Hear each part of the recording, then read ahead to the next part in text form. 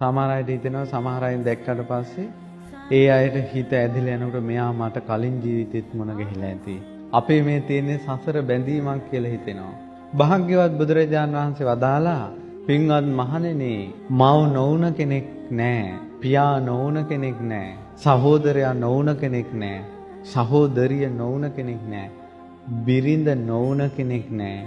ස්වාමියා නොවුන කෙනෙක් නැහැ. එතකොට මේ සසරේ කෙලවරක් කොහොමනම් හිතන්නද?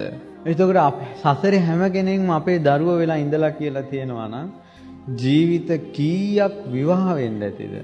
බිරිඳ නොවුන කෙනෙක් නැහැ කියනකොට, ස්වාමියා නොවුන කෙනෙක් නැහැ කියනකොට අද කාලේ කොහොමද හිතන්නේ? ළමයි හිතන්නේ මේ තමයි සංසාරේ තියෙන එකම කසාදේ. මැරෙනවා, නැහෙනවා, ලෝකෙම අමතකයි. කිරිපෝල හදපු මව් අමතකයි.